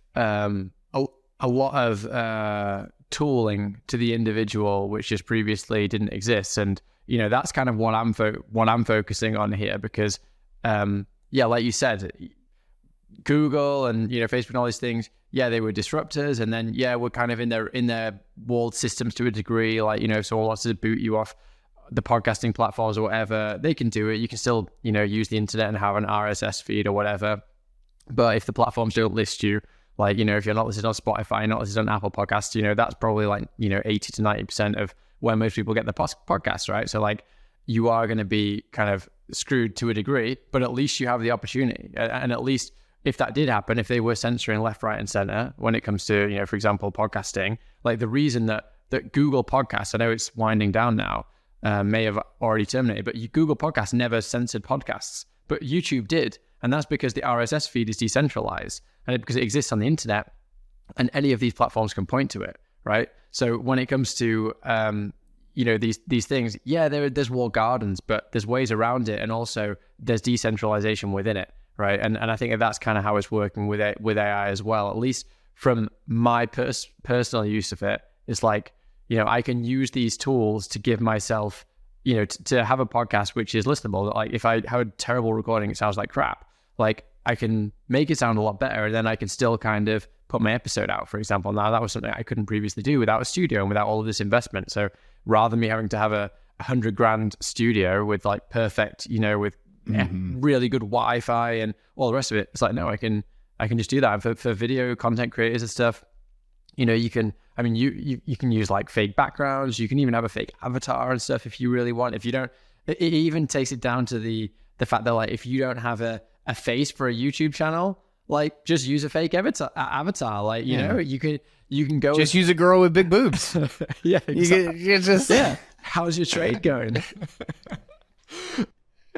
Exactly, right? So, you know, like these tools, I do think that even though there are obviously these concerns and stuff, you know, I'm definitely with you there, that I think that you have to take the tools that are available to help you compete with the big conglomerates. Like I would rather have, you know, be using something like, even if you are using something kind of a bit centralized like OpenAI, if that means that you can kind of have tools available to you that then helps you compete with, you know, some other company which you'd never otherwise be able to compete with, well, that's still a win, right? Like a company is giving you tools to help you beat out other monopolies potentially, right? So there's a kind of a big there's a lot of various incentive structures that are kind of like overlapping and sometimes in conflict with each other, but overall I think it's like a good thing. And like you say, you know, it's like the trajectory of technology in retrospect generally has been good, and you know, I do think that will continue to be the case.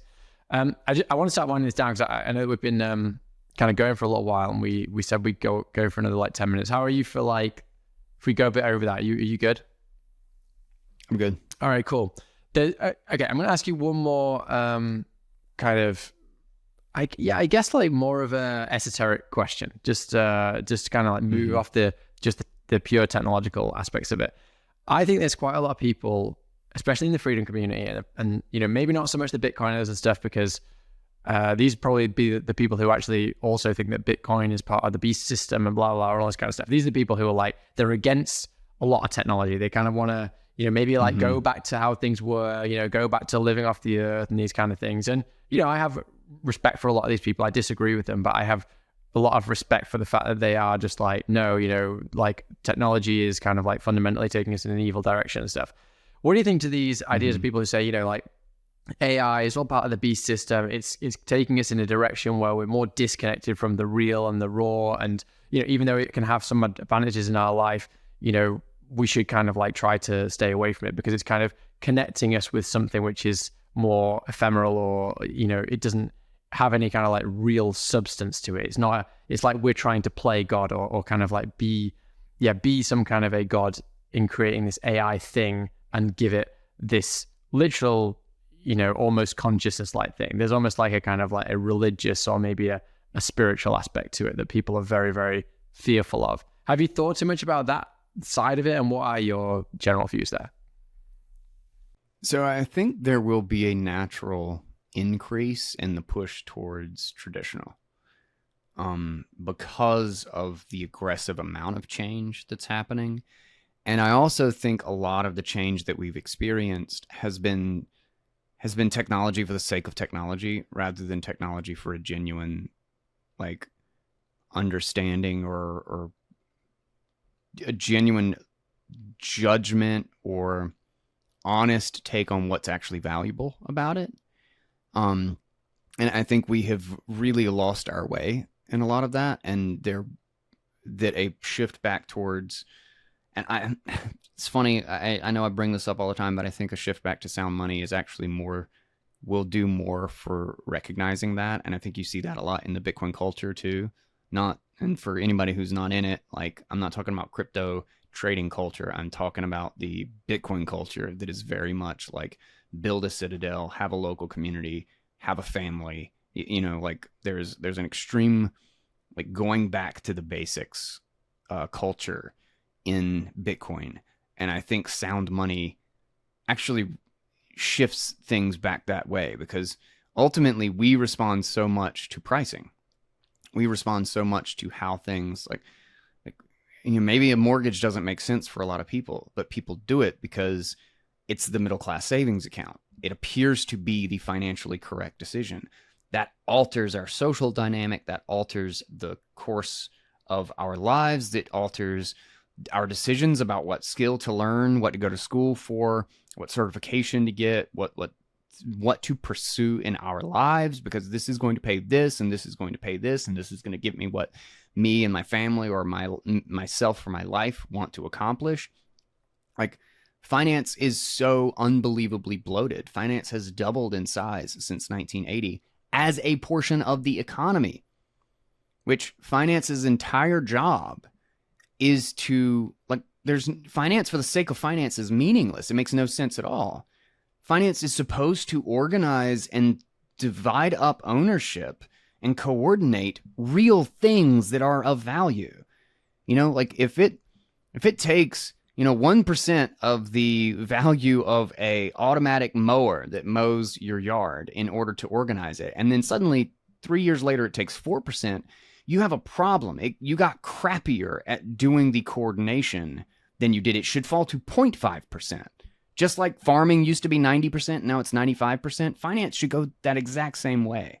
So all of the people that have aggressively run into finance because suddenly you can just become a millionaire like so easily, that's a fault. There's a problem. There's a huge fundamental problem there where more resources are spent doing the exact same job, and that job is not because the job got crappier. We're wasting more resources there. And so kind of going on that same thread back to how we organize our lives and how we accomplish everything that we want to accomplish, like the goal is the end result. And that Bitcoin culture is going back to basics because I think we're recognizing the real price of things. When you have sound money to compare it to, you know how stupid it is to go into debt to get this, or how stupid it is to waste $1,000 on this gadget that you might barely use. But when everything's going up in price and you can just like get 0% financing for no reason at all in fiat, yeah, let's just go buy this stupid thing. But when you spend $1,000 in Bitcoin and then 2 years later it's worth $6,000 in Bitcoin, you're like, damn it, I wish I'd held onto that Bitcoin. You have a genuine assessment of what the the trade-off of buying that stupid thing. There's a fantastic website called Bitcoin or Shit, bitcoinorshit.com. And it just shows you if you had bought Google Glass, if you had bought a smart mop or, whatever it is in 2017 or 2019 or 2012, whatever it is, this is how much Bitcoin you could have had if you had just saved it. And I think that will be a massive mental value shift into like what we choose to do, the skills we choose to pursue, the jobs we choose to have. And then that ends up creating a social dynamic change where the richest person in the neighborhood is no longer a lawyer, a politician, or a finance bro. They're a plumber and a construction worker and like somebody who produces real value that does something consequential in the in the economy again. Because most of the money, the wealthy people, are literally people who produce the least value. Like a lawyer is just there to navigate the bullshit billion-page bureaucracy. Like it's like we invented. It's like saying that like I could just walk out to my car in the driveway and get in the car and leave, or somebody could create a completely fake institution in which there is now a maze and a obstacle course and all of this stuff to get to my driveway from my door, and then I now pay an entire industry of people to show me how to cheat to get around this obstacle course so that I can get in my car. And now this is like $1 billion industry to just go from the obstacle course from the car to the driveway. It's like all of this shit is meaningless. The whole point is I'm just trying to get in my car. And when that person's the richest one, it confuses and completely mutilates our ability to communicate value in the economy. Lawyers are that for a bureaucracy. The bureaucracy is just an obstacle course that makes no sense. It's not useful for us. Finance, again, exactly the same thing for actually ownership and dividing up the capital that we have in society. And it's like grossly centralizing, and it keeps growing in size. It keeps getting more expensive to do the same job. And so I believe there will be not only a natural push against AI, because AI will feel unnatural. It will seem like we are going too far in this direction.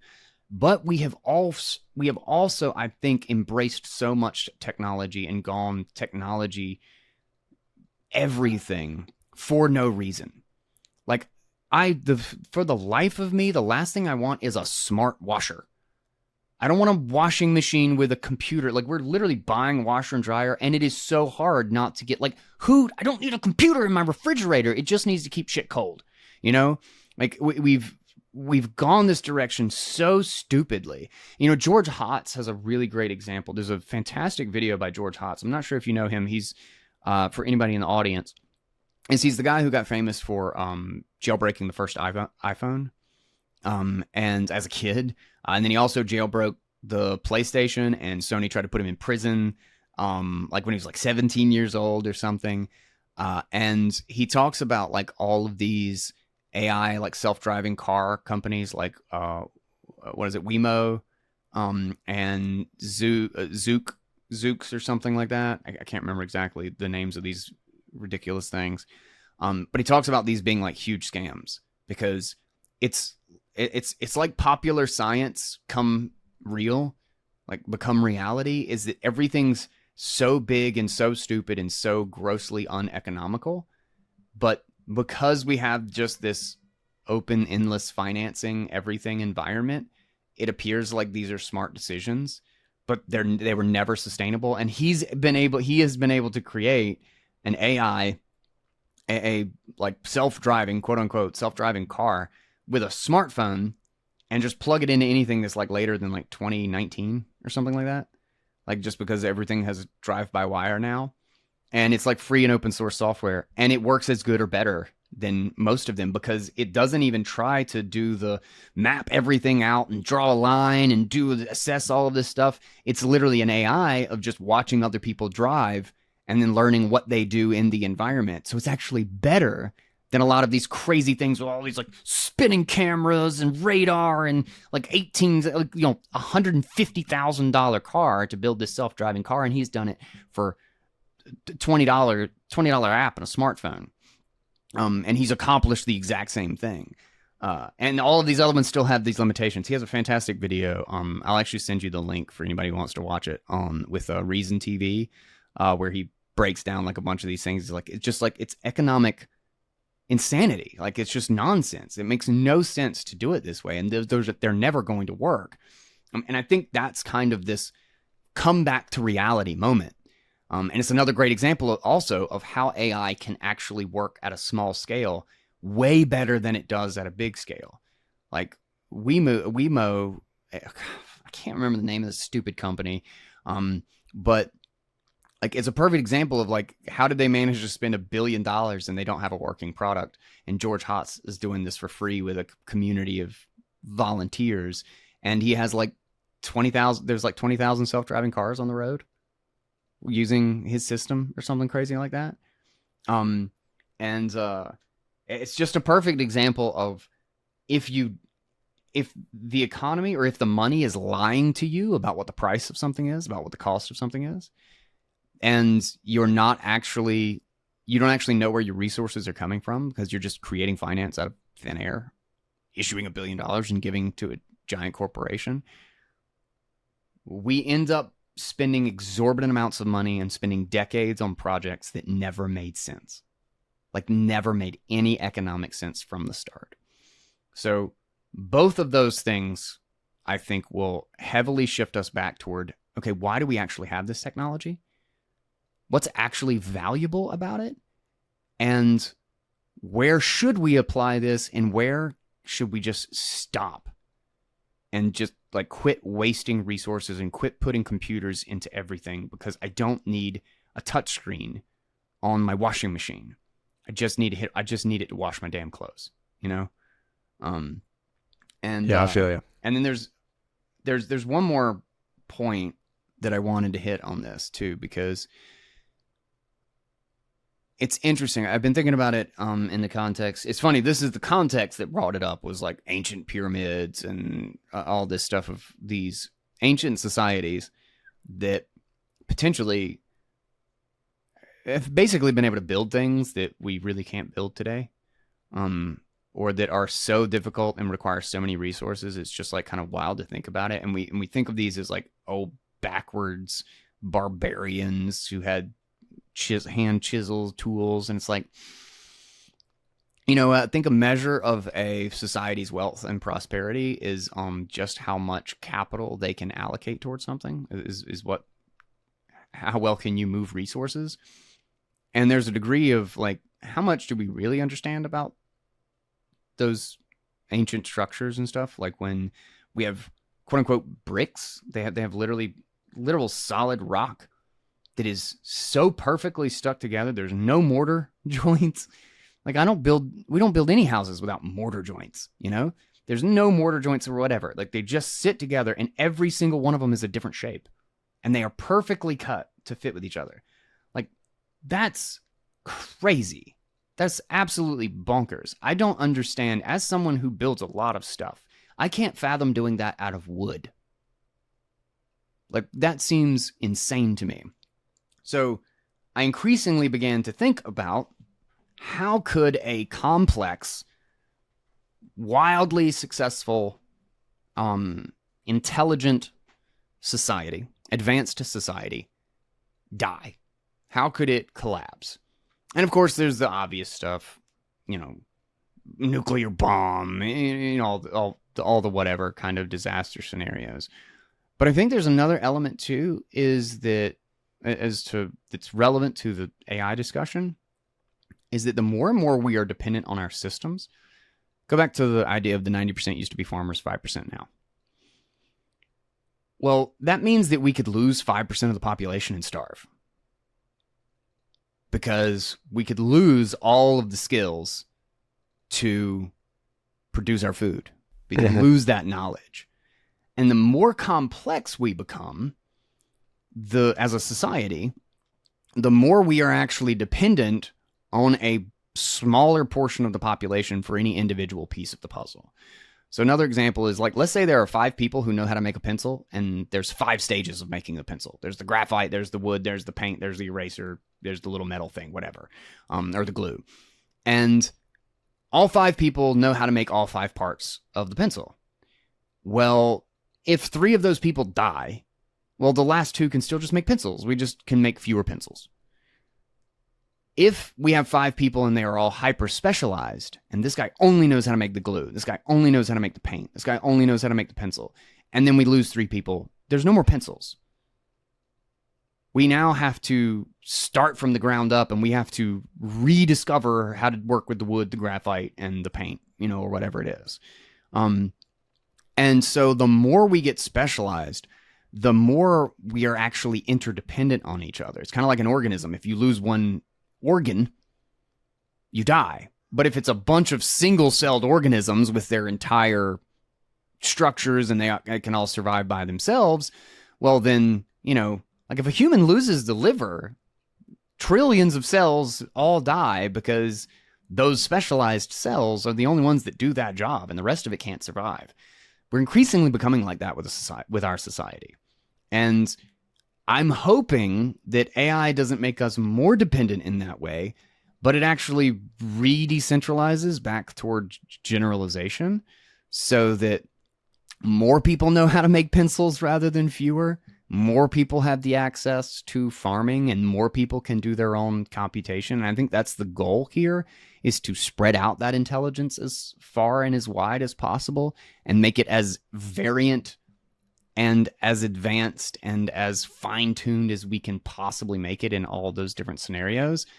And I think the only way to do that is to have open source, like open AI, for everybody, that is accessible and that as many people can use.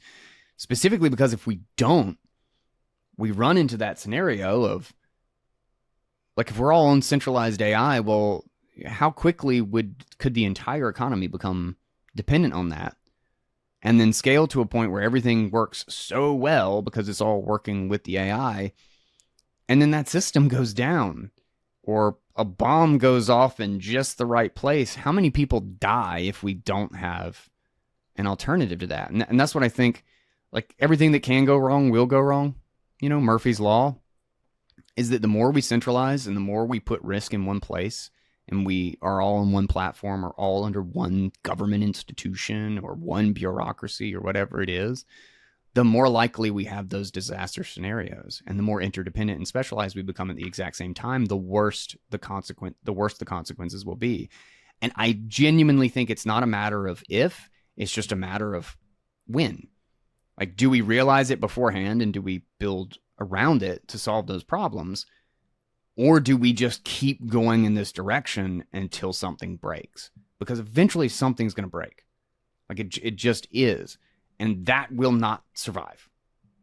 I do not think the centralized version survives of the human story.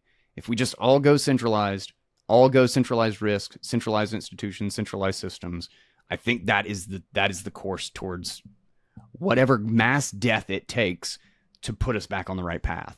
And I hope we can just escape it without needing to tell that story, or live that story. Yeah, actually, I guess just to kind of like sum up my feelings about that, about answering that question about, well, is AI really going to be taking us back to basics, or is it taking us into this kind of like, unknown world where it's disconnecting us from the day-to-day and stuff? Like, I would say it kind of feeds off your point, really, that if we're able to use these tools, like, you can actually do so much more. I mean, rather than you just having that specialization, because you were talking there about like specialization, how many people know how to make a pencil, etc. But it's like, imagine it, you can just say, hey, you know what, like, I'm gonna like, one day you decide, hey, you know what, I want to create this thing, I want to build a computer. And whereas you would normally have to sit down and just kind of, read through loads of the books and go through articles and this, that, and the other, you can just kind of like work with an AI to say, I'm going to do it. And the ability for you to kind of get to where you want to get to is much quicker. So it's also kind of like decentralizing skills in a way that is just like, well, now you can be skilled in anything because you're using AI to help you acquire those skills. So now you don't rely on it. And, for people who are, unhappy about big pharma and, you know, all these kind of things, which is like a big deal. You know, everyone's just saying, okay, well, the way to be healthy is just take a vaccine or do this, or you've got to go to this doctor who's done a degree and stuff.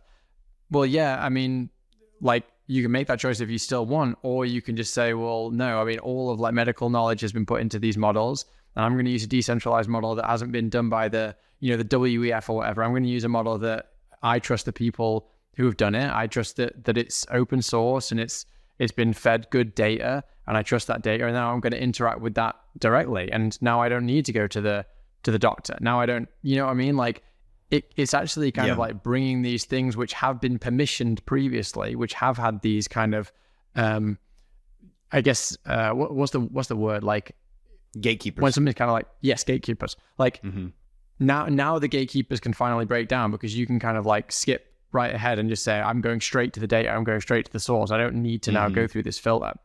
So yeah, that's what I'm excited about. You know, that's what I'm kind of looking for. So I got 2 more questions for you, Guy, and then we can close this off. Just a quick analogy is I totally agree with that sentiment, and that's like where I really hope things are headed. And I think it's perfect to just like what's happening with development and coding, and like my access to things that I can build that I couldn't before, I think is just a perfect microcosm of where I think it all will go. You know, is that I have access to something, to a skill that I did not have before, and the ability to understand it better. You know, like I can build these little 1-page things, and I can look at it and be like, okay, yeah, that makes sense. Like, I can kind of read the Python code, and I've become way, way, way, way, way better at troubleshooting code than I ever was before, because I keep having to do it with ChatGPT or Claude over and over again. And now I can just spot where I'm like, that's gonna screw me up right there. I don't think it wrote it right. And I've been able to see where problems are probably going to arise, and I've actually solved a couple before I got the error now. But I hope everything goes that way. I hope that's kind of the experience with AI as we continue. Yeah, definitely. All right, so these are kind of like pretty quick fire questions. So it's 2, but maybe 2/3. Okay, I'll start with the first one. So, what are you most excited about? What is the number one thing that you're most excited about that AI is going to enable, like either in your life personally or in society at large?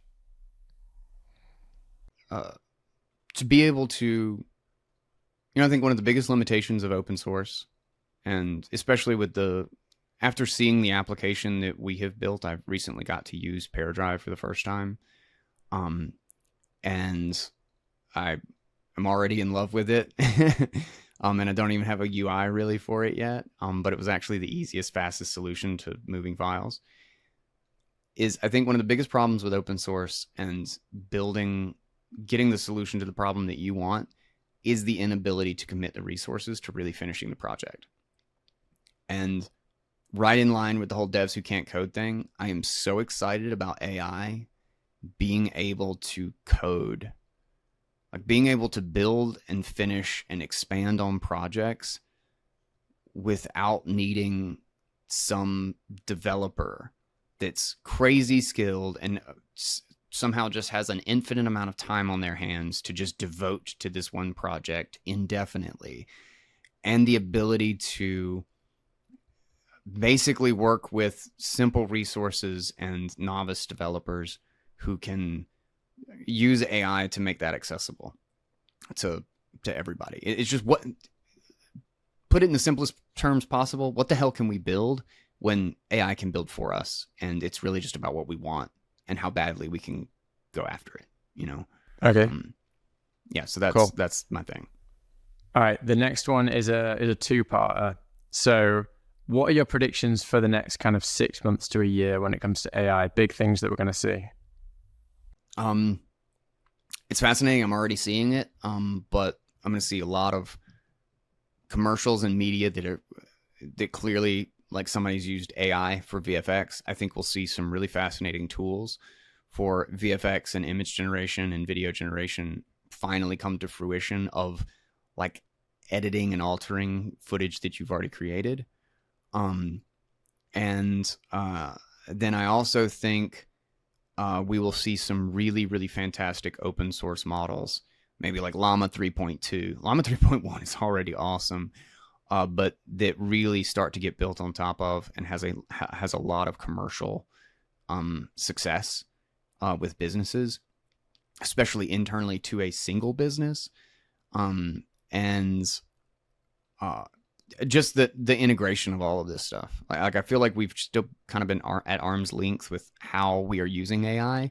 And I think within the year, most people will be using AI 20 different ways directly integrated into stuff that they're doing. And many might not even realize that has happened. But I think it will happen. I think we're really, really close to the cusp of just kind of the tools that shift this from I'm building and working with developer and I'm using a chat app interface to this is integrated and now I can play.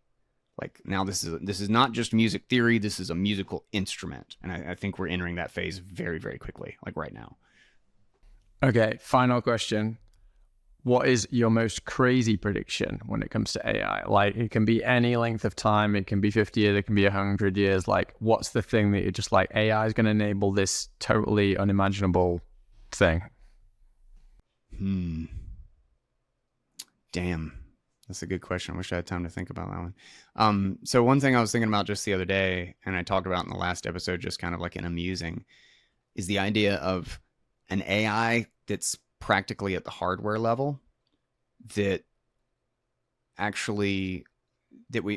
idea of an operating system might kind of fade into the background, and your operating system and your computer setup may actually be specific to whatever you have at some point, where we don't think about quote unquote installing an operating system. Is what we do is we have an AI that starts up in our machine, tests every path and every circuit in the device to assess what's there and how to use it, and then basically builds an environment for it, with a Unix foundation or whatever the hell it is, and then essentially creates the perfect operating system with as optimized as it can be for you, and then essentially runs and manages all the installing and utilizing and cross-talking between all of the software and stuff on your computer, and you literally interact with the computer as if it has no limits.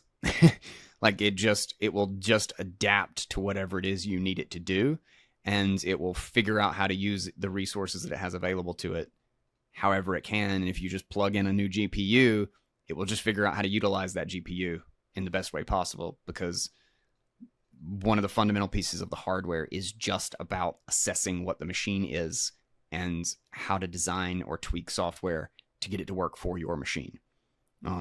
So I wonder if operating systems will be AI first and code and GUI and everything second. The AI will basically create it for your environment. All right, cool. Man, I have to learn more about that. Have you talked about it on AI and Chain, that concept? I just randomly brought it up in the previous episode, but I did not really expand on it much, I don't think. All right, cool. Yeah. All right, cool. Yeah, I need to look more into that one to see how that would play out, because that sounds like a total reimagining of how computers even work. But yeah. All right, man. Anyway, this has been awesome. It's been another epic conversation. So appreciate you coming on. Do you want to just let people know where they can find you for those who aren't already, and then we can sign this one off? Yeah, for sure. Check out Bitcoin Audible, AI Unchained. That's my AI focused show. This will all soon-ish be the Guy Swann network, but the feeds are still separate and everything right now, so just keep an eye out for that. But you can find me on Twitter at The Guy Swann, and you can find me on Noster at The Guy Swann as well. My impub, I'll send you. You have my impub, so that'll be posted there as well. But yeah, those are probably the best places to get in touch with me. And I got YouTube and Rumble too. A lot of fun video stuff coming there. That's where you'll find devs who can't code, by the way. And I highly encourage checking that one out. That's all AI and pair based stuff that I think is a big deal. I think it's really fun stuff. Yeah, I would definitely recommend people check it out. I think Devs Who Can't Code is like super unique, and yeah, for people who don't ever imagine himself as a programmer, like it really does show like the stuff that you can do. So yeah, you're doing great work, man. It's awesome working with you, and it's always great like catching up and doing episodes every now and again. So I look forward to the next one. And Hell yeah, man. Until next time, dude. Take it easy. Later, dude. All right. I hope you enjoyed that conversation. Don't forget to check out his podcast. I will have a link in the show notes if you want to follow and stay in touch with all of the stuff that Jonny is doing. And as well, I will have the, of course, the link in the show notes for CoinKite. Hopefully you have your cold card by now, because you had a whole episode. Like, you could have listened and watched this and gotten your cold card at the same time. But if you didn't do that, you still have a discount code. And not only will that get you the easiest and most robust way to secure your Bitcoin, but also it supports my show. So a shout out to everybody who does that. But don't forget to check out the links, lots of other things to explore, and he has a fantastic show to dive into. And it'll be right there, just right down there in the description. Super easy to find. Could not be more convenient. With that, I will catch you on the next episode of AI Unchained. And until then, everybody, take it easy, guys.